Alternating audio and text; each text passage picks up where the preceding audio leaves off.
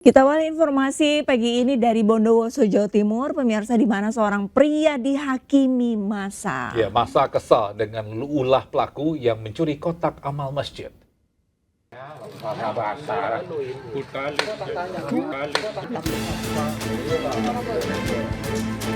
Terduga pelaku pencurian kotak amal masjid ini berhasil ditangkap warga desa Sumbergading, Kecamatan Sumberuringin, Bondowoso, Jawa Timur. Pelaku AP, 33 tahun, tak berkutik saat diinterogasi warga. Warga yang geram hendak menghajar pelaku yang beraksi seorang diri tersebut. Beruntung polisi yang sigap langsung mengamankan dan membawa pelaku ke polsek terdekat. Pelaku diketahui telah melakukan pencuriannya sebanyak 4 kali. Modusnya, pelaku memantau situasi masjid dengan berpura-pura ikut sholat berjamaah.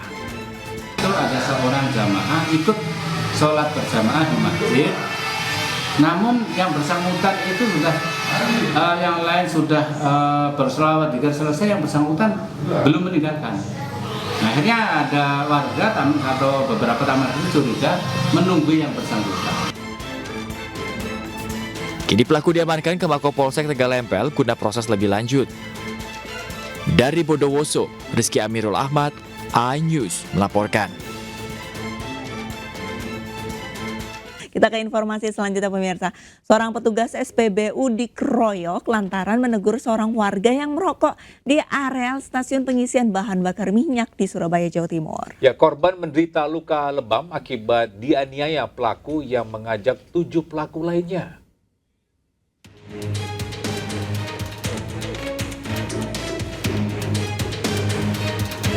Berawal menegur dengan baik kepada seorang pengendara mobil hitam yang hendak ke toilet SPBU dengan tetap merokok meski berada di areal SPBU. Rupanya pengendara tersebut tidak terima ditegur untuk segera mematikan rokok tersebut karena sangat berbahaya. Pasalnya, truk tangki Pertamina yang sedang bongkar muat untuk melakukan pengisian di tabung pom bensin. Setelah memukul petugas SPBU, orang tak dikenal tersebut kemudian mengajak teman-temannya sebanyak 7 orang untuk bersama-sama menganiaya korban hingga mengalami luka lebam dan robek di bagian mata kiri dan kanannya. Mungkin salah pahamnya karena dikiranya ngeroyok, jadi dia bilang ke saya, ke teman-teman juga, tunggu sini ya, nanti saya bawakan pasukan juga, saya bawakan teman-teman saya juga. Akhirnya jam 5 sore itu beliaunya datang jalan kaki dari arah kiri dari SPBU ini datang, habis itu langsung melakukan pengeroyokan tersebut.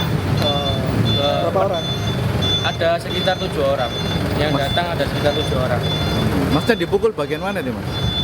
Kalau ya dipukul nggak tahu ya, habis-habisan pokoknya kena wajah. Kena wajah itu ya, sampai lebam gitu ya? Iya, yang kena bekas-bekasnya cuma ini sama belakang sih. Peristiwa ini langsung dilaporkan ke Polsek Tegal Sari, Surabaya. Dengan peristiwa tersebut, petugas SPBU mengimbau kepada masyarakat untuk tidak merokok di areal SPBU karena sangat berbahaya dan bisa mengakibatkan kebakaran hebat.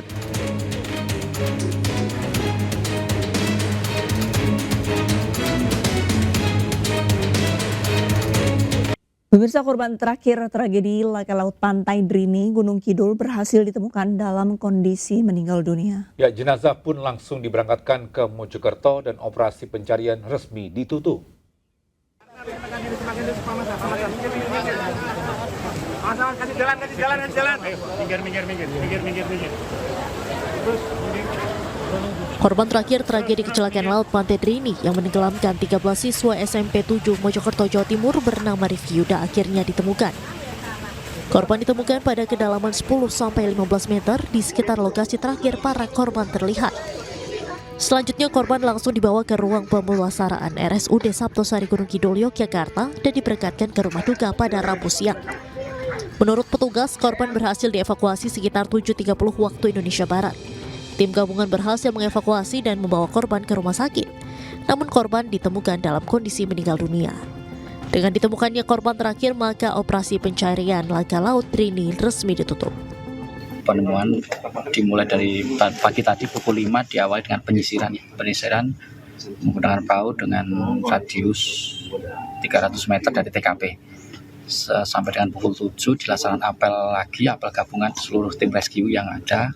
Kemudian pembagian tugas, ada yang menyisir dari atas tebing, cuma ada yang dilakukan penyelaman.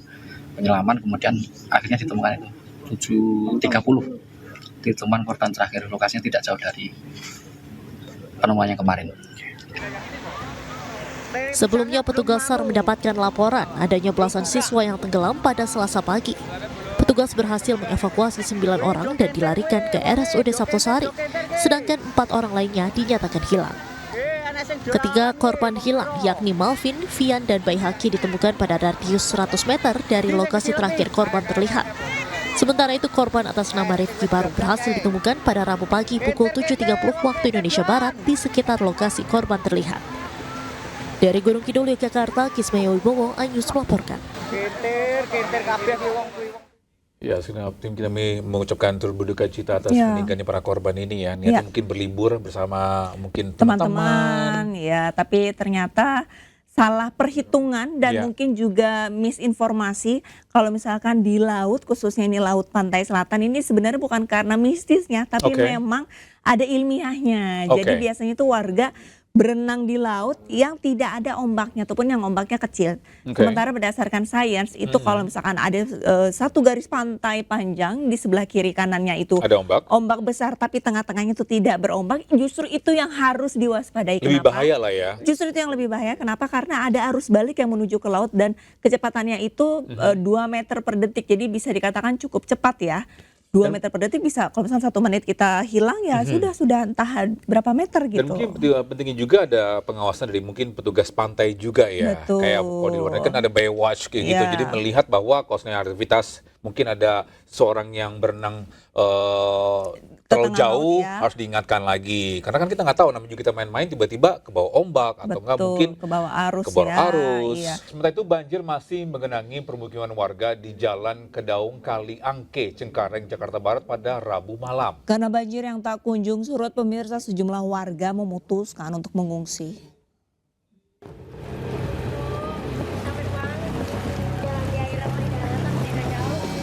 Kawasan Kedaung Kali Angke, Cengkareng, Jakarta Barat hingga Rabu malam masih terendam banjir. Ketinggian debit air mencapai 40 cm. Selain permukiman warga, banjir juga merendam sejumlah fasilitas umum, salah satunya sekolah taman kanak-kanak. Warga pun nekat menerjang banjir untuk dapat beraktivitas. Lantaran banjir tak kunjung surut sejak terjadi Selasa malam, sejumlah warga memilih pulang kampung. Bang, mau ngungsi kemana ini bang? Mau ke Serang. Ke Serang? Iya. Oh, emang rumahnya banjir bang? Iya, jalan di pos banjir pun. Oh, jadi ini mau ke Serang aja nih? Iya. Berapa hari rencananya bang? Ya, udah sampai surut lah. Sampai surut. Ketinggian berapa senti bang di dalam bang? Selutut lah. Berapa? Selutut? Kemarin malam dari yang gede sore itu sampai malam nggak berhenti, itu langsung naik airnya. Soalnya ini di bawahnya kan jalannya di atas, jadi airnya pada surut ke bawah. Oh, berarti dataran rendah ya? Iya, datarannya rendah. Tingginya berapa senti tadi malam bang? Sampai setengah meteran kali ya? Setengah meteran. Kalau sekarang? Kalau sekarang udah mendingan sih bang. Udah setengahnya lah pokoknya. Warga pun berharap pemerintah Kota Jakarta Barat serius berupaya dalam menangani banjir yang merendam wilayah mereka. Dari Jakarta, Miftahul Gani, iNews melaporkan.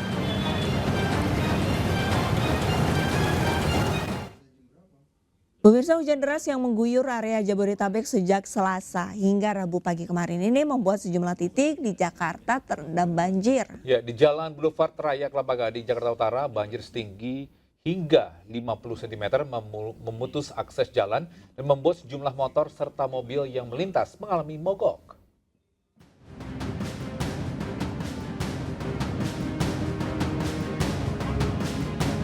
Sebuah pemotor yang nekat melintasi banjir di Jalanan Boulevard Raya Kelapa Gading, Jakarta Utara mengalami mogok atau mati mesin.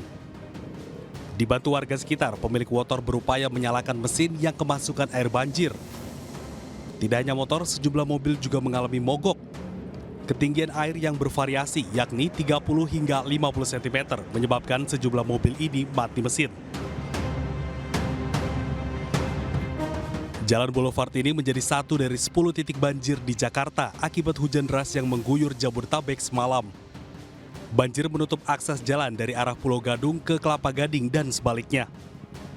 3 jalur alternatif lain juga mengalami genangan serupa, sehingga tidak ada pilihan lain antara menunggu air surut atau memaksakan diri menembus genangan banjir. Genangan di kawasan ini juga disebabkan drainase yang buruk serta pompa air yang tak berfungsi maksimal, mengakibatkan aliran air Kali Sunter di sepanjang jalan ini mudah meluap. Sejumlah bantuan mobil tumpangan dan Satpol PP dan Dinas Perhubungan dikerahkan untuk membantu masyarakat melintasi kawasan ini.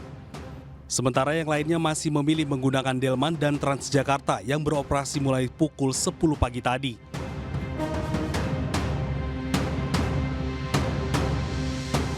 Di sini juga ada pompa, tapi kelihatannya nggak fungsi. Di sana di Arta Gading juga ada, tapi nggak fungsi juga.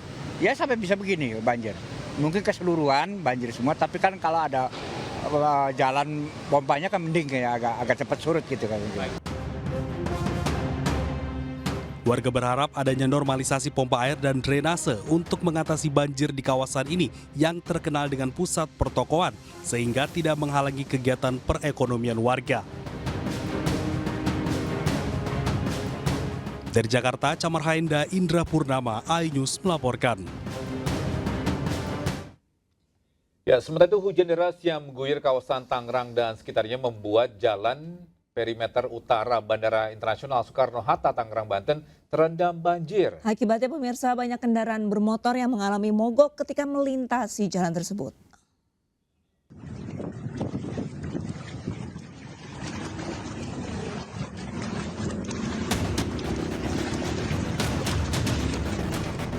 Antrian kendaraan baik roda 2 maupun roda 4 terjadi di Jalan Perimeter Utara Bandara Internasional Soekarno-Hatta, Tangerang, Banten sejak Selasa malam. Hal ini dikarenakan Jalan Perimeter Utara Bandara Soekarno-Hatta terendam banjir.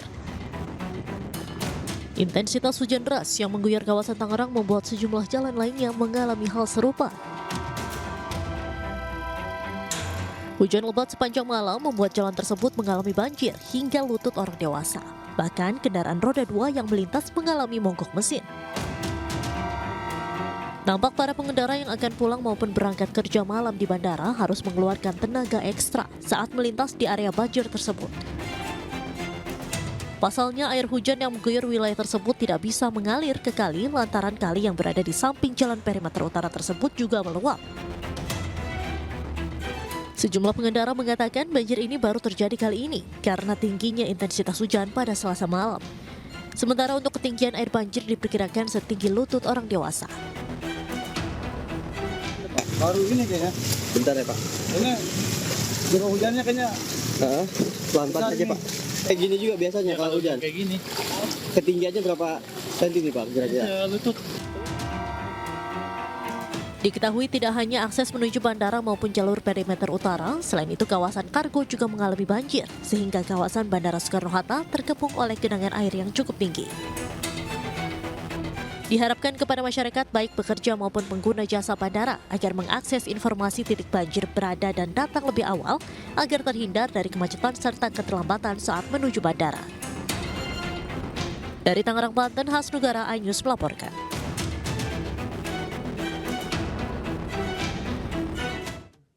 Lantas pemirsa, bagaimana kira-kira ketinggian banjir di sejumlah titik Jakarta? Untuk informasi selengkapnya kami sudah bergabung dengan rekan kami Syahriza Zanski dan Hamzah Hapsibuan di Cengkareng Barat, dan juga kita sapa terlebih dahulu Syahriza Zanski yang akan melaporkan langsung dari akses tol Sediatmo Bandara Soekarno-Hatta Jakarta Utara.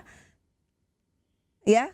Halo, selamat pagi Syahriza. Silakan dengan laporan Anda, apakah masih ada genangan banjir di lokasi Anda saat ini melapor? Dan juga pemirsa, selamat pagi. Memang situasi di Jalan Tol Sediatomo kilometer 26+200 kini situasinya sudah mulai bisa dilalui oleh para pengendara, meski beberapa hari kemarin ataupun tadi pada pukul 9.40 dibuka, artinya kendaraan sudah bisa lewat ke lajur 1 ataupun lajur 2, kendati hari ini terjadi banjir. Dan inilah Togi, Arista dan juga pemirsa ingin menunjukkan kepada Anda situasinya seperti ini, banjir dalam ketinggian 20 cm hingga 30 cm, namun kini sudah mulai bisa dilintasi oleh para pengendara yang ingin melaju ke arah Bandara Internasional Soekarno-Hatta di kawasan Tangerang. Ini personil dari pihak kepolisian dan juga jasa marga bekerja keras untuk bisa menghimbau para pengendara untuk berhati-hati ketika melintasi kilometer 26+200 karena genangan masih ada, tapi ini sudah mulai surut. Togi, Arista, dan juga pemirsa, mengingat hari ini dari pihak Kementerian PU, Balai Besar Wilayah Sungai Ciliwung Cisadane, Direktur Jenderal Sumber Daya Air, ini setidaknya mengerahkan 4 unit pompa air, dan ini tepat di ujung sana ada 1 pompa yang beroperasi. Ini diperuntukkan agar debit air yang terjadi di bahu jalan tol Sediatomo ini bisa berkurang. Memang tadinya banjir melebar hingga ke lajur 2, namun ini hanya aja di bahu jalan, sehingga maksudnya kendaraan sudah bisa melaju dengan 2 lajur tentunya. Dan untuk diketahui juga, Togi, Arista, memang banjir ini terjadi berkat adanya curah hujan yang intensitasnya begitu tinggi sejak Selasa kemarin, dan juga adanya air laut yang sedang pasang, sehingga ini membuat drainase air di jalan tol Sediatomo yang ini tidak dapat mengalir ke saluran penghubung ataupun drainase penghubung, sehingga ini membuat banjir terjadi hingga 30 cm. Dan untuk diketahui juga, Togi, Arista, bagi masyarakat yang ingin melintas sekarang sudah bisa melalui ruas bawah ataupun badan tol Sediatomo, dan kini sudah tidak mulai dialihkan lagi, sudah mulai kembali normal. Namun untuk debit air ataupun ketinggian air banjir ini masih ada 20 hingga 30 cm, dan dihimbau bagi masyarakat untuk melintas dengan yang aman dan nyaman, dan berhati-hati untuk selalu menjaga jarak karena situasinya ini masih banjir meski hanya berada di bahu jalan. Sementara itu, Togi, Arista, kembali ke Anda. Baik, terima kasih Syahreza Zanski melaporkan langsung dari tol Sediatmo, dan berikutnya kita ke Hamzah Hasibuan di Cengkareng Barat, Jakarta Barat. Hamzah, bagaimana informasi terkini di sana? Apakah banjir masih ada? Ya, Togi, Arlista, dan juga pemirsa, di kawasan Cengkareng Barat, Jakarta Barat ini banjir masih menggenangi pemukiman warga. Seperti yang bisa dilihat di tempat kami berdiri saat ini air masih cukup tinggi, masih diperkirakan sekitar 30 hingga 40 cm ketinggian dari air, di mana banjir ini diduga akibat curah hujan yang cukup tinggi yang sebelumnya mengguyur kota Jakarta selama 2 hari berturut-turut. Di belakang saya ini masih banyak, Togi, Arlista, dan juga pemirsa, anak-anak yang bermain di depan rumahnya yang terdampak dari banjir. Mungkin akan coba saya tanya salah satunya, adik kelas berapa, Dek? 5. Ini lagi nggak sekolah atau gimana? Libur kah? Libur. Di banjir-banjir ini ngapain, Dek? Main, cari ikan. Cari ikan, Bang. Oh iya, dapat ikannya? Dapat, Bang. Ikan apa tadi yang didapat? Ikan lele. Ikan lele, Bang. Dapat, Bang. Ikan lele sama sepat sama betok. Ada, Bang. Oh, ikan betok. Iya. Tadi sekolahnya online atau langsung masuk ke sekolah? Enggak, Bang. Diliburin, Bang, karena rumahnya banjir, Bang. Iya, Bang. Jadi ini mau lanjut main banjir-banjiran atau gimana nih? Main lanjut, Bang. Iya, Bang, lanjut, Bang. Ya, Togi, Arlista, dan juga pemirsa, ini masih terlihat keceriaan dari anak-anak di kawasan Cengkareng, Jakarta Barat, walaupun rumah mereka ini ataupun kawasan rumah mereka ini tergenang banjir. Namun ini juga masih harus jadi perhatian dari pemerintah bahwa banjir ini juga bukan merupakan hiburan, karena ini juga menyebabkan berbagai macam penyakit. Bisa dilihat, Togi, Arlista, dan juga pemirsa, bahwa di sini salah satu rumah yang terdampak cukup parah dari genangan air banjir di kawasan Cengkareng Barat, Jakarta Barat. Ini juga bisa dilihat bahwa garasi dari pemilik rumah ini sudah terendam banjir. Selain itu, kendaraan juga sudah mulai ditinggikan oleh para pemilik rumah sehingga tidak masuk ke dalam mesin. Karena sebelumnya kami juga sempat memantau bahwa terdapat beberapa kendaraan yang mencoba untuk menerobos ke dalam kebanjiran ini dan berakhir mogok pada akhirnya. Kemudian ini juga warga masih belum menerima bantuan yang cukup untuk seperti pakaian yang layak, kemudian makanan, karena warga hingga saat ini juga masih terkendala aktivitas untuk bekerja maupun sekolah. Sebelumnya kami mendapatkan informasi dari salah satu sekolah yang berada di kawasan Cengkareng Barat ini bahwa proses pembelajaran ini dilakukan menjadi secara daring ataupun online. Kemudian ini para siswa yang bersekolah ini dipersilahkan untuk tidak langsung masuk karena sekolah yang mereka tempati ini juga hingga saat ini masih tergenang banjir. Sementara itu, Togi. Baik, terima kasih banyak atas laporannya Hamzah Hasibuan langsung dari kawasan Cengkareng Barat, ya, Jakarta Barat. Dan sebelumnya ada Syahreza Zanski dari Tol Sediatmo. Selamat kembali bertugas rekan-rekan, jaga kesehatan. Baik, kita ke informasi selanjutnya di mana tergerus banjir saat hujan deras. Tembok bangunan serbaguna di Tanah Abang, Jakarta ambruk. Agar tidak membahayakan warga, bangunan yang telah berusia puluhan tahun itu akhirnya diratakan dengan tanah.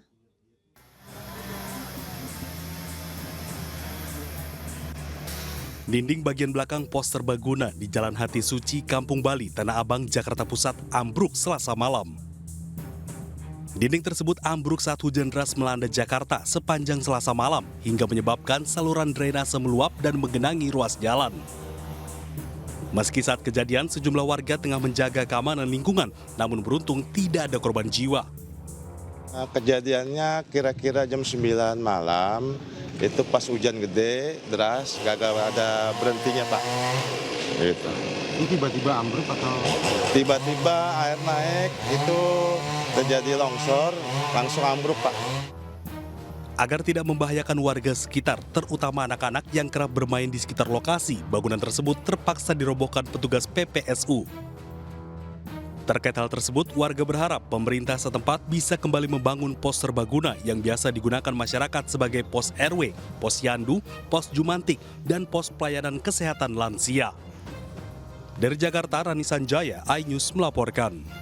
Ya pemirsa, terima kasih Anda masih bersama kami di iNews Today. Kita ke informasi selanjutnya di mana angin puting beliung menerjang desa Sidamukti, Cilacap, Jawa Tengah pemirsa. Ya, akibat peristiwa ini puluhan rumah, sejumlah fasilitas umum dan 1 unit kendaraan warga rusak tertimpa atap yang jatuh.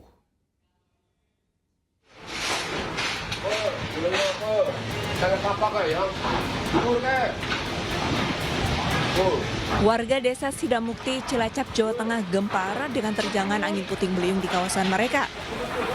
Dalam rekaman video warga, terlihat angin puting beliung memporak-porandakan apapun yang dilewatinya. Bahkan atap bangunan sekolah madrasah hancur terbawa kuatnya hembusan angin. Peristiwa ini membuat warga panik dan ketakutan. Itu kan saya lagi di warung, di sebelah timur tuh ada angin dari utara tuh ke selatan.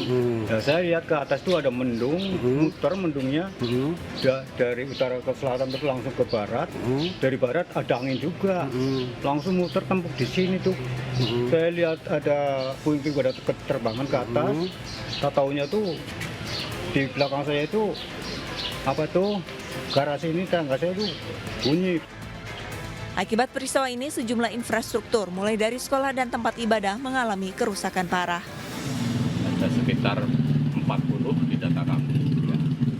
Dari infrastruktur rumah tinggal, kemudian ada fasilitas umum seperti ada madrasah sanawiyah dan ada sekolah menengah atas, Provinsi Jawa Tengah. Dan 1 fasilitas umum posko. Tidak ada korban jiwa dalam kejadian ini, tetapi kerugian ditaksir mencapai puluhan juta rupiah. Dari Cilacap, Jawa Tengah, Heri Susanto, iNews melaporkan. Pemirsa, ini angin kencang yang mengakibatkan sejumlah pohon tumbang di jalur wisata Cirebon, Kuningan, Jawa Barat. Ya, pohon menimpa 4 pengendara yang tengah melintas.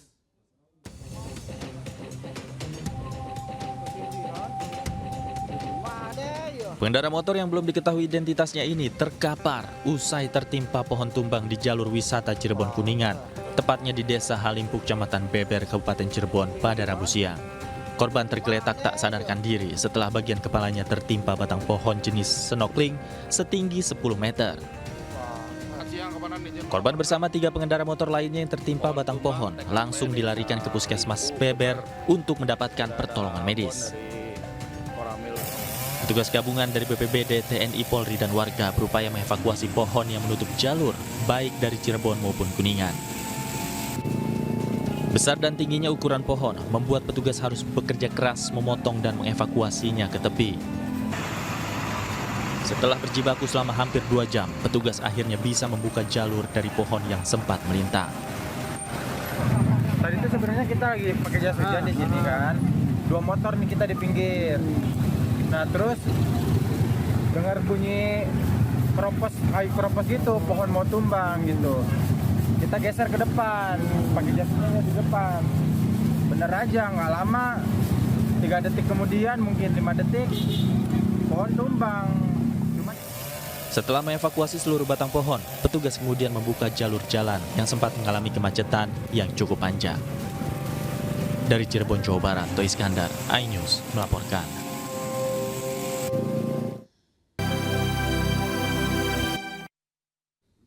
Ya, terima kasih masih bersama kami di iNews Today, masih bersama saya Togi Sinaga dan Arlista Hadi. Dan pemirsa, sebelumnya pemerintah Indonesia ini mengecam penembakan terhadap pekerja migran Indonesia oleh Malaysia. Rencananya nota diplomatik akan dikirim untuk meminta pemerintah Malaysia menggelar investigasi.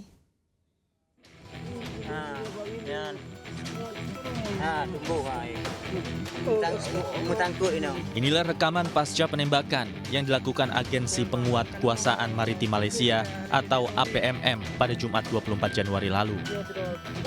Penembakan diketahui terjadi di perairan Tanjung Ru, Selangor, Malaysia dan menimpa 6 imigran asal Indonesia, di mana 1 diantaranya meninggal dunia. Kecaman diberikan pemerintah melalui Kementerian Perlindungan Pekerja Migran Indonesia. P2MI juga mendesak pemerintah Malaysia untuk segera melakukan investigasi menyeluruh atas insiden yang terjadi. Ya, jadi kami mendorong agar penyelidikan ini bisa dilakukan secara komprehensif ya, agar informasinya bisa terang benderang, bisa transparan, sehingga ketahuan apa yang sebenarnya terjadi. Tapi yang pasti yang kami lihat di sini ada dugaan penggunaan kekuatan berlebihan.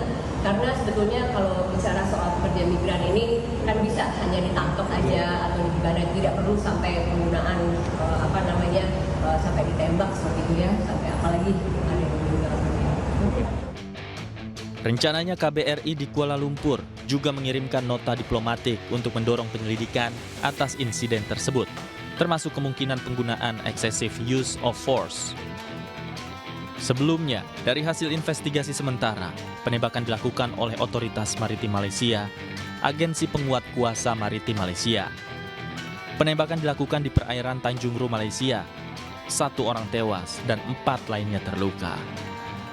Tim Liputan iNews melaporkan.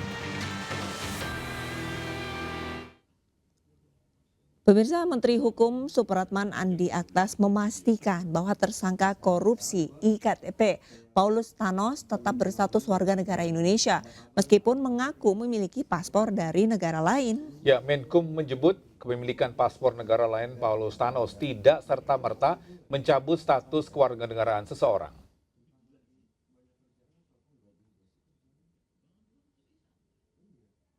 Bahwa yang bersangkutan memang menurut laporan yang kami terima bahwa yang bersangkutan juga saat ini memiliki paspor negara sahabat. Namun demikian bahwa berdasarkan peraturan Menteri Hukum dan HAM bahwa untuk melepaskan kewarganegaraan Indonesia itu tidak berlaku otomatis.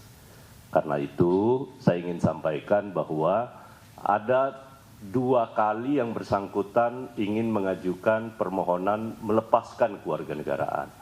Tetapi sampai hari ini yang bersangkutan belum melengkapi dokumen yang dibutuhkan. Karena itu status kewarganegaraan atas nama Paulus Thanos atau Chin Tianpo ya. Chin Tianpo alias Paulus Thanos itu masih berstatus sebagai warga negara Indonesia.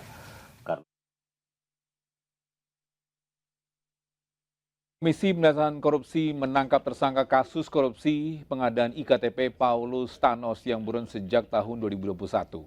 Dan perusahaan Paulus Thanos disebut meraup keuntungan haram 145 miliar rupiah dari pengadaan IKTP.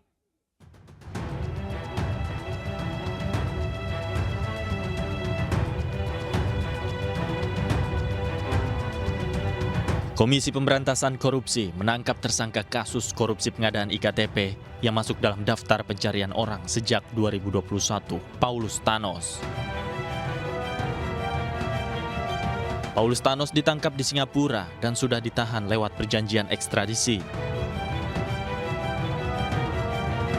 Kini, KPK tengah berkoordinasi dengan Polri, Kejaksaan Agung, dan Kementerian Hukum untuk dapat memulangkan Paulus ke Indonesia. prosesnya seperti apa lah ya. Mudah-mudahan semuanya lancar. Itu dulu lah. Penangkapannya gimana? Pak benar di Singapura Pak? Sedang apa mungkin? Iya, Pak. Di mana? Kalau itu kan dari sana nanti ya akan tindak lanjut. Kami hanya banyak melakukan koordinasi, ya kemudian nanti mudah-mudahan semuanya lancar. Di Singapura itu rumah tinggal atau bandara atau gimana, Pak? Belum terverifikasi secara spesifik. Akan berkoordinasi dengan siapa aja nanti KPK untuk memulangkan? Ya pastinya dengan pihak yang terkait semuanya ya. Paulus Thanos ditetapkan sebagai tersangka kasus korupsi IKTP sejak 2019 bersama sejumlah orang. Paulus merupakan direktur utama PT Sandipala Arta Putra. Dari hasil kong kali kong, perusahaan itu mendapat jatah proyek sekitar 44% dari total keseluruhan proyek pengadaan IKTP senilai 5,9 triliun rupiah. Atas praktek kotor ini, perusahaan Paulus meraup keuntungan haram 145 miliar rupiah. Tim Liputan iNews melaporkan.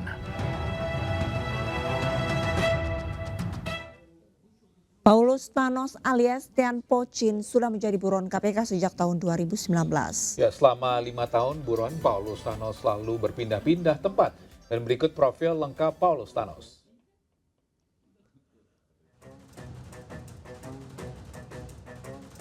Ia juga memiliki jabatan sebagai Direktur Utama PT Sandipala Arta Putra. Selain itu, kasus yang menjerat dirinya yaitu kasus korupsi Kartu Tanda Penduduk Elektronik atau IKTP. Sedangkan peran Paulus Thanos terlibat rekayasa tender proyek KTP elektronik dan ditetapkan tersangka oleh KPK tahun 2019. Kemudian ditangkap KPK di Singapura tahun 2025. Terima kasih, masih di iNews Today pemirsa. Lokasi penipuan dengan modus kencan daring di Tanah Abang, Jakarta Pusat digerebek polisi. Ya, para pelaku telah menjerat para korbannya yang kebanyakan wanita berprofesi sebagai dokter hingga pengacara.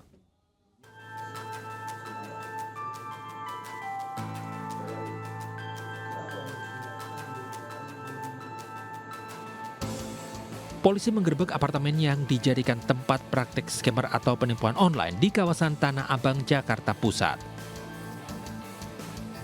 Selain 20 pelaku, polisi mendapati puluhan unit laptop, telepon genggam, puluhan kartu perdana sekali pakai, dan 2 klip bekas narkoba serta alat isap sabu.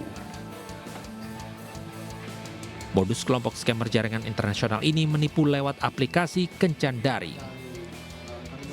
Otak dari pelakunya ini yang berinisial AJ masih kami dalami, yang melakukan penyidikan karena diduga berasal dari warga negara asing.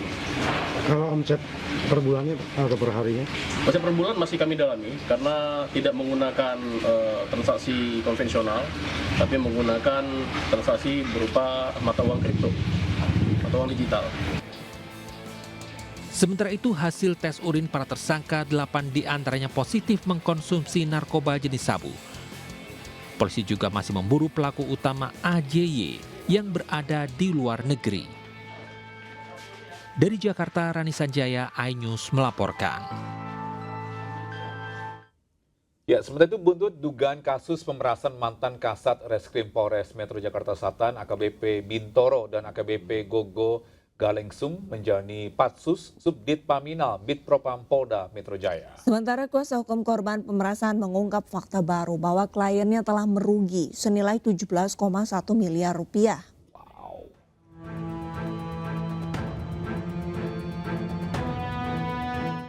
Polda Metro Jaya memastikan Propam akan menyelesaikan penyidikan dan menggelar sidang etik terhadap mantan Kasat Reskrim Polres Metro Jakarta Selatan AKBP Bintoro dan juga AKBP Gogo Galesung terkait kasus dugaan pemerasan. Korban pemerasan juga telah diklarifikasi terkait adanya keterlibatan pihak selain AKBP Bintoro. 4 oknum polisi termasuk AKBP Bintoro serta AKBP Gogo Galesung menjalani penempatan khusus di Subdit Paminal Bitpropam Polda Metro Jaya sejak tanggal 25 Januari 2025.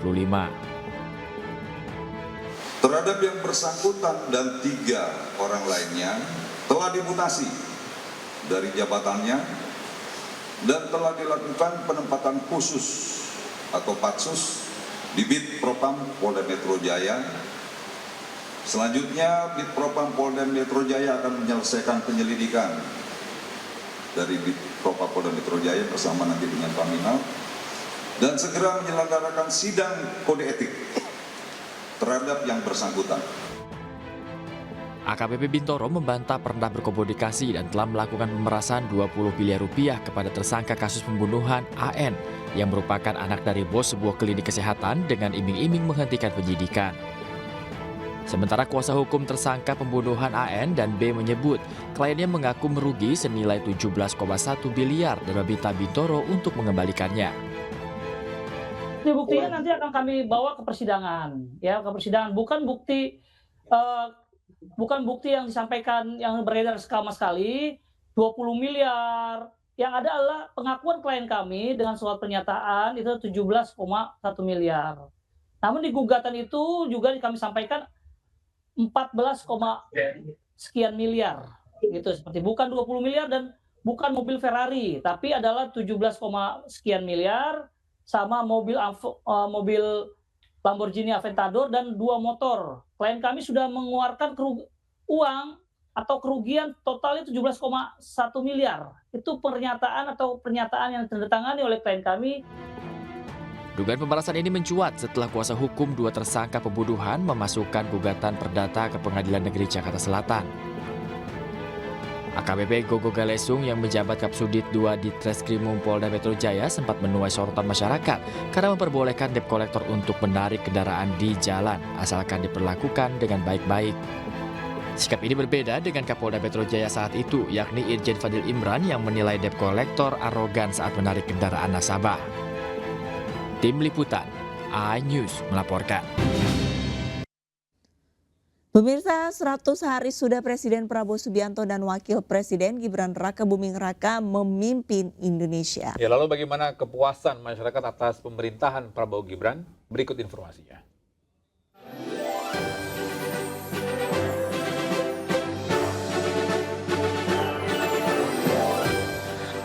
Pemerintahan Prabowo Gibran genap 100 hari memimpin Indonesia. Rakyat pun menyoroti sejumlah kebijakannya. Lembaga survei Litbang Kompas telah mengukur tingkat kepuasan masyarakat. Hasilnya, 80,9% warga Indonesia menyatakan kepuasannya atas kinerja pemerintah Prabowo Gibran. Hanya 19,1% yang menyatakan ketidakpuasannya. Sementara 89,4% menyatakan keyakinannya atas pemerintah Prabowo Gibran. Hanya 10,6% menyatakan tidak yakin. Presiden Prabowo pun tegaskan fokus pemerintahannya untuk meningkatkan kemakmuran bagi seluruh rakyat Indonesia. Niatnya adalah bawa kemajuan kesejahteraan ke rakyat kita. Niatnya hilangkan kemiskinan. Niatnya hilangkan kelaparan. Niatnya adalah tingkatkan kemakmuran bagi seluruh rakyat Indonesia. Penghasilan rakyat semuanya harus naik. Tingkat kepuasan yang mencapai 80% ini sekaligus menjadi yang tertinggi dalam 10 tahun terakhir sejak Januari 2015. Meski belum sempurna, namun hasil survei menandakan rakyat optimis atas pemerintah Presiden Prabowo Gibran. Tim Liputan iNews melaporkan. Ya, sementara itu pemerintah mengapresiasi hasil survei yang menunjukkan tingkat kepuasan masyarakat yang tinggi kepada Presiden Prabowo dan Kabinet Merah Putih selama 100 hari kerja. Dan berikut keterangan lengkap Deputi Bidang Protokol Pers dan Media Sekretariat Presiden Kementerian Sekretariat Negara Yusuf Permana. Pemerintah tentu saja menyambut baik hasil survei yang menunjukkan tingginya tingkat kepuasan masyarakat terhadap kinerja Bapak Presiden Prabowo dan Kabinet Merah Putih dalam 100 hari pertama masa kerja. Hasil tersebut mencerminkan kepercayaan dan dukungan rakyat terhadap langkah-langkah yang telah diambil oleh pemerintah dalam menjalankan agenda prioritas nasional. Kepuasan publik ini pasti menjadi motivasi sekaligus tanggung jawab untuk terus bekerja cerdas, lebih keras, konsisten, dan inovatif dalam memenuhi harapan untuk meningkatkan kesejahteraan rakyat. Pemerintah juga telah memulai program unggulan seperti program makan bergizi gratis yang bertujuan untuk meningkatkan kualitas hidup masyarakat, khususnya para generasi muda. Pemerintah tidak akan pernah puas dan tidak terlena dengan hasil survei ini.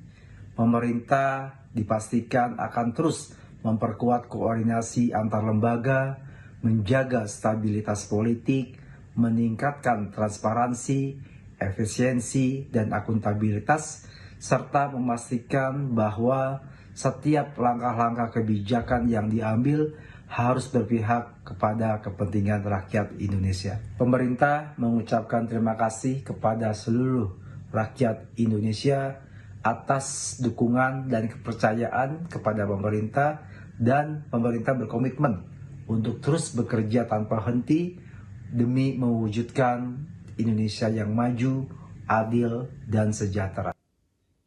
Ya, dan berikut adalah tanggapan beberapa warga Jakarta terkait 100 hari pemerintahan Prabowo Gibran. Kalau saya semuanya sudah puas. Segala gagasan beliau sudah hampir semua lagi dijalankan. Cuma semuanya tinggal realisasi aja deh, begitu. Jadi semuanya dari pihak sebelum beliau dilantik, sebelum dia masih kampanye, ya saya sangat setuju sekali gagasan beliau. Sekarang mulai dalam pembenahan, dalam tinggal apa istilahnya itunya ada pelaksanaannya semuanya deh.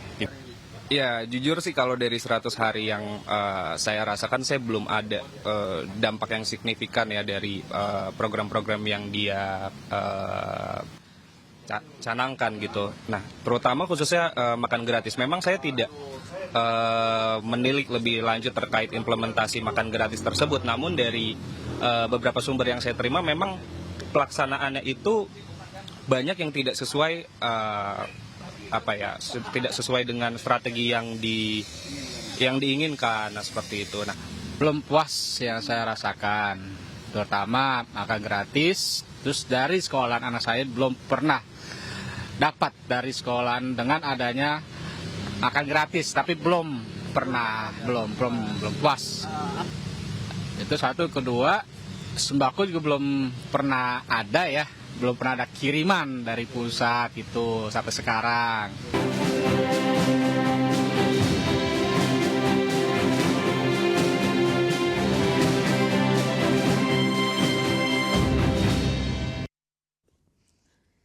Ya, pemirsa, Kementerian Perhubungan mengusulkan pemberlakuan kebijakan bekerja dari mana saja atau work from anywhere pada tanggal 24 hingga 27 Maret 2025. Kira-kira berlaku buat kita nggak sih? Yuk kita ajukan lagi gimana? Dan hal ini guna mengurai kemacetan karena Hari Raya Nyepi berdekatan dengan Lebaran Idul Fitri 2025. Menteri Perhubungan Budi Puwagandi membahas wacana Work from Anywhere atau WFA menjelang libur Nyepi dan Idul Fitri 2025. Seperti diketahui, Hari Raya Nyepi tahun 2025 jatuh pada Sabtu 29 Maret, didahului dengan cuti bersama pada Jumat 28 Maret. Apabila sesuai prediksi, Hari Raya Idul Fitri jatuh pada 31 Maret 2025. Dengan waktu libur yang berdekatan, Menteri Perhubungan menilai kebijakan WFA dapat membantu mengurai lonjakan arus mudik. Menteri Agama Nasaruddin Umar pun mendukung usulan ini agar masyarakat dapat bersilaturahmi lebih panjang saat Hari Raya Nyepi dan Idul Fitri 2025. Hingga saat ini, Menteri Koordinator Bidang Pembangunan Manusia dan Kebudayaan Pratikno mengatakan pemerintah sedang mengkaji penerapan work from anywhere selama libur Nyepi dan Idul Fitri tahun ini dengan melibatkan sejumlah kementerian dan lembaga. Dari Jakarta, Tim Liputan, iNews melaporkan. Oke, jenazah Basri, WNI korban penembakan petugas APMM pemirsa tiba di Bandara Sultan Syarif Qasim II Pekanbaru Riau pada Rabu sore kemarin. Ya, jenazah diserahkan ke pihak keluarga untuk dimakamkan. Jenazah boleh dulu gimana? Jenazah Basri, WNI korban penembakan petugas Agensi Penguatkuasaan Maritim Malaysia atau APMM, tiba di Bandara Sultan Syarif Qasim II, Pekanbaru Riau pada Rabu sore. Jenazah disambut Direktur Pelindungan WNI Kemenlu, PJ Gubernur Riau, dan pejabat lainnya, serta perwakilan pihak keluarga. Pihak BP2MI mengatakan proses pemulangan jenazah almarhum berjalan lancar. Pemulangan jenazah dilakukan usai kerjasama antara pemerintah Indonesia dan KBRI Kuala Lumpur. kami dari Kementerian Perlindungan Pekerja Indonesia mengucapkan banyak-banyak terima kasih, dan setelah ini kami akan mengantar ke rumah duka, termasuk nanti untuk memberikan santunan kepada keluarga. Sikap kita terkait kematian korban. Ya, hari ini kami fokus untuk pemulangan. Tadi yang sudah saya sampaikan, kemudian sampai dengan membawa ke rumah duka. Lalu kami ikuti, kami tidak tidur dari pagi sampai ke malam gitulah. Dari pagi ke pagi kami menunggu bagaimana ceritanya saudara kami ini, apakah pasti dalam keadaan seperti ini. Kalau memang betul, kami sangat menerima apa adanya. Itulah takdir dari Yang Maha Kuasa yang diberikan kepada beliau, dan juga cobaan terhadap keluarga yang kami rasakan. Peti jenazah Basri diangkut dari terminal kargo bandara menuju rumah duka di Pulau Rupat, Kabupaten Bengkalis. Pihak keluarga memakamkan jenazah di pemakaman Kecamatan Rupat, Pulau Rupat pada Rabu malam. Dari Pekanbaru Riau, Indra Yose Rizal, iNews melaporkan. Dan bisa bagaimana pihak keluarga korban penembakan menanggapi kasus yang menimpa kerabat mereka? Serta bagaimana tindakan selanjutnya, Togi ini sudah bergabung bersama kami Azrai Rupat, sepupu dari korban penembakan APMM yang tewas di Malaysia. Selamat pagi Pak Azrai. Selamat pagi Mbak. Pak. Ya, kami sebelumnya turut berduka cita atas kematian keluarga Anda. Pak Azrai, ini tanggapan keluarga mengenai kasus ini pertama kali mendengar informasinya dari mana Bapak? Setelah kami mendengar informasi ini, Jumat dini hari, nampaknya berita itu mulai muncul, ada kejadian yang terjadi seperti ini. Mulai hari yang keduanya semakin jelas. Berita itu datang ke kami setelah dilihat di layar kaca TV, ada kejadian di daerah Malaysia Selangor sana. Rupanya yang hal kejadian ini ternyata keluarga korban ini keluarga kami sendiri. Ya. Pak Azrai, ini terkait dengan meninggalnya keluarga ini, bagaimana tanggapan dari atau enggak bantuan dari pemerintah saat mengetahui informasi tersebut?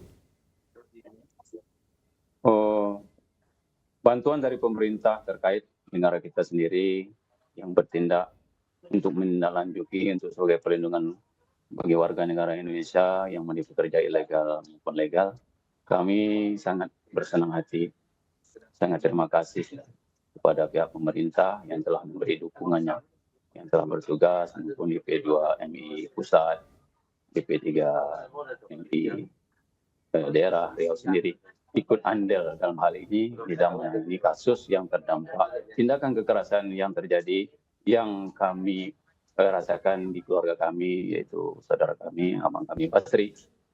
Ya, jadi kami merasa sangat berterima kasih yang setinggi-tingginya dan mungkin apresiasi lah kepada pihak yang terkait yang bertindak tugas di dalam hal ini. Baik, Pak Azrai, pada saat korban berangkat ke Malaysia untuk bekerja, ini apakah keluarga mengetahuinya? Apakah memang korban ini berangkat sesuai jalur legal? Keberangkatan beliau di dalam mencari sebuah pekerjaan, mencari kehidupan di sana-sini, kami tidak mengetahui dengan siapa keberangkatannya. Ia berangkat setelah 4 bulan yang lalu sudah meninggalkan kami karena beliau hidup sebatang kara, sudah ditinggalkan oleh anak dan istri, ya, jauh daripada sisi keluarga. Jadi beliau berusaha untuk mencari pekerjaan serabutan, lalu informasi sampai tiba ke negara Malaysia pula. Kami pun tidak mengetahui keberadaannya, siapakah yang diikuti jalur keberangkatan tersebut. Baik, Pak Azrai, apakah ada informasi terkait mungkin teman-temannya yang saat ini masih berada di Malaysia, apakah mereka masih dalam perawatan dan sebagainya, bagaimana? Menurut informasi yang fakta yang kami terima, sampai tadi malam jenazah sudah sampai ke tempat domisili kami di kampung Rupat ini. Kabar berita kawan yang masih terdampak di rumah sakit itu masih dirawat. Bagi ada yang kritis dirawat, masih dalam perobatan di rumah sakit Selangor ataupun Kelang di sana, atau di Kuala Lumpur. Pak Azrai, berarti tadi Anda sempat menyampaikan bahwa keluarga selama 4 bulan terakhir ini bekerja ataupun meninggalkan rumah tidak mengetahui ya bekerja di mana. Tapi kalau misalkan sudah melihat informasi korban meninggal ditembak begitu, apakah memang sudah mendapatkan kabar dari korban sebelumnya begitu bahwa beliau ini berada di Malaysia dan bekerja sebagai apa? Mungkin ada informasi sebelumnya tidak, Pak? Oh, sebelumnya enggak, karena keberangkatan dia itu tidak ada diketahui keluarga kemana, siapa yang diikutinya, atau tahu muncul berita yang seperti ini, berarti dia mencari pekerjaan melancong ke Malaysia, mencari pekerjaannya. Berarti korban sama sekali belum pernah bekerja di Malaysia sebelumnya ya Pak ya? Oh, beliau ini belum pernah sama sekali kerja di Malaysia. Beliau ini memang sudah ini bolak-balik itu mencari pekerjaan di Malaysia itu banyak lah. Istilahnya mungkin ada peluang dari teman ini dia berangkat, kalau nggak ada dia pulang ke kampung. Ya, terkait hal tersebut Pak Azrai, ini apa yang pemerintah Malaysia mengatakan saat ini dengan para korban? Kalau untuk kenyataan pemerintah Malaysia itu, kalau bagi awak secara logikanya, jelasnya orang-orang ini semua kalau didatangi dengan cara syarat yang tidak cukup, itu kan pendatang yang ilegal ataupun mungkin tindakan seperti ini kita nggak tahu kan kelanjutan seperti apa, bisa terjadi seperti hal demikian. Baik, Pak Azrai, apakah ada komunikasi dari pemerintah next step-nya seperti apa? Apakah nantinya pemerintah ini akan memperjuangkan hak-hak dari almarhum, minta dari pemerintah Malaysia untuk bertanggung jawab atau seperti apa? Ada komunikasi sebelumnya tidak, Pak? Oh, kalau untuk tanggung jawab pemerintah Malaysia untuk kelanjutan ini kita tidak mengetahui, Bu. Yang jelasnya pemerintah negara kita sendiri, negara Indonesia ini sudah ada responnya, antusiasnya untuk memperjuangkan hak atas kematian saudara kami ini. Nah, bagaimana nanti tindak lanjutnya? Hukum yang akan diberlakukan setelah penembakan seperti ini terjadi terhadap keluarga kami harus memberi tindak lanjut hukum terhadap undang-undang negara Malaysia itu. Baik, terima kasih banyak sudah sharing cerita bersama iNews Today, Pak Azrai Rupat, sepupu dari korban penembakan di Malaysia. Semoga untuk kasus penembakan ini bisa segera mendapatkan titik terang dan juga ada bantuan dari pemerintah Indonesia. Terima kasih banyak Pak Azrai. Iya, kita beralih ke informasi lain. Togi dan pemirsa, ini merayakan tahun baru Imlek. Sejumlah satwa Taman Safari 2 Prigen Pasuruan, Jawa Timur diajak parade berkeliling. Wow, dan tak hanya itu, kesenian barongsai juga ditampilkan untuk memanjakan para pengunjung menghabiskan libur panjang.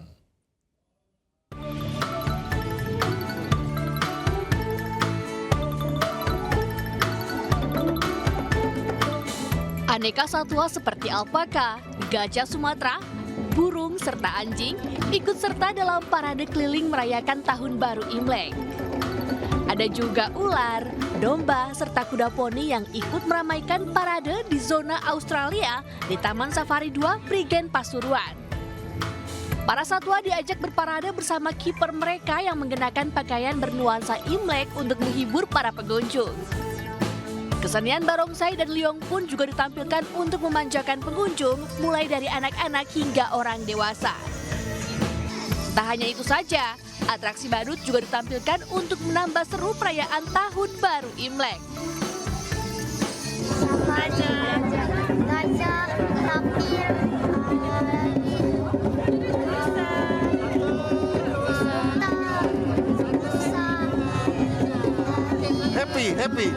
Happy. Seneng apa enggak liburan di sini? Sama siapa aja ke sini? Sama keluarga. Parade satwa ini bertema Blessing of Lunar New Year yang ditujukan untuk menghibur pengunjung yang berwisata di Taman Safari di libur panjang kali ini.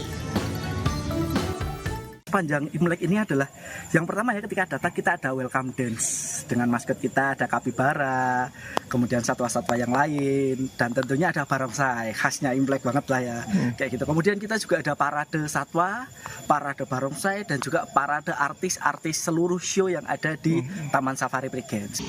Rencananya parade satwa semacam ini akan digelar setiap tahun dengan lebih banyak satwa yang ditampilkan.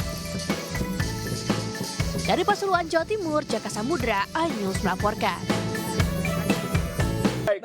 Bisa perayaan Imlek tahun ke-2576 Konzili atau 2025 dirayakan di sejumlah daerah. Iya, seperti di Aceh dan Medan, pemirsa, terlihat ornamen Imlek menghiasi sejumlah sudut kota dan warga pun antusias menyambut tahun ular kayu ataupun ular tanah.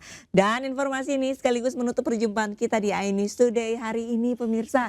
Cuplikan tayangan berita iNews bisa Anda saksikan di kanal YouTube @official iNews. Dan setelah ini Anda bisa langsung menyaksikan program iNews Siang bersama rekan kami berdua, Reza Siregar dan Prisa Somodatu. Saya Arlista Hadi. Dan saya Togi Singa pamit undur diri. Terima kasih dan sampai jumpa. Bye-bye. Bye-bye.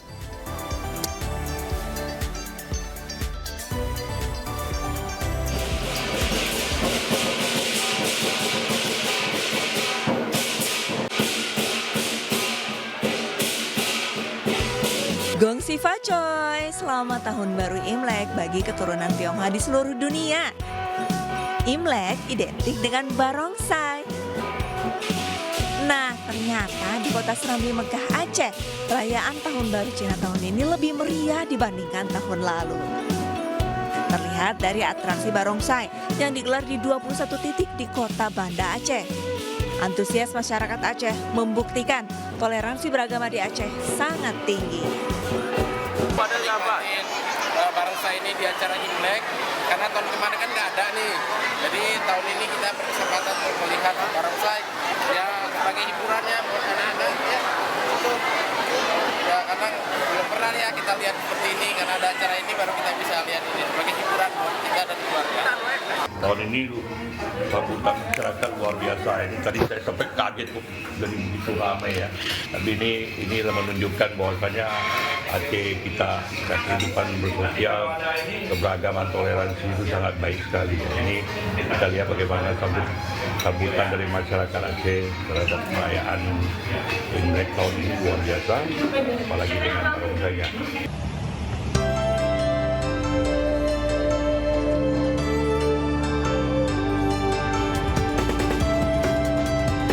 Sementara itu di Medan, Sumatera Utara, dalam menyambut tahun ular, 5.000 lampion dan dekorasi ular ala negeri tirai bambu terpasang di Vihara Maitreya. Lampion sendiri merupakan simbol dari kebahagiaan dan keberuntungan. Selain itu, dekorasi ular dibuat karena tahun baru Imlek 2576 Konzili merupakan tahun atau Shio ular yang bermakna kebijaksanaan, kecerdikan, dan kemampuan beradaptasi. Untuk makna Shio ular, kita bilang memang tiap tahun itu selalu berganti ya. Tahun ini pas Shio ular tanah, jadi untuk maknanya sendiri ya kita mengharapkan ke depannya, karena tanah kan memang kita bilang menyimbolkan tentang kesuburan. Kesuburan. Jadi kita harapannya setelah tahun ke depan ini bagi semua orang, siapa saja, supaya semuanya sukses, lancar, dan kita bilang makmur. Lampion dan hiasan ular, Tiara juga menyediakan puzzle doa yang dipercaya dapat menghantarkan doa kepada Tuhan. Hari pertama Imlek, para umat Buddha pun silih berganti memanjatkan doa kepada dewa agar tahun baru membawa kemakmuran dan kebahagiaan. Jadi, sudahkah Anda mendapatkan angpau dalam Imlek tahun ini? Tim Liputan iNews melaporkan.